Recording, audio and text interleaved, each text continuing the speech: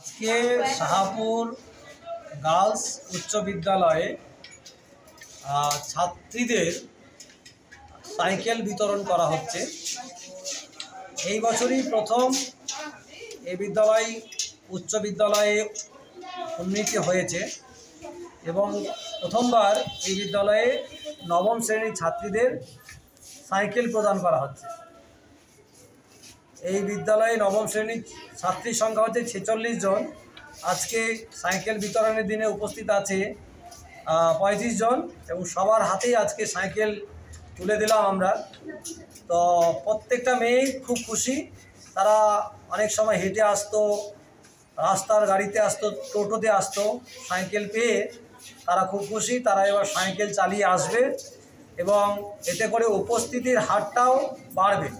অন্যান্য সময় খুব কষ্ট করে আসতে হতো, তার ফলে উপস্থিতির হার খুব কম ছিল।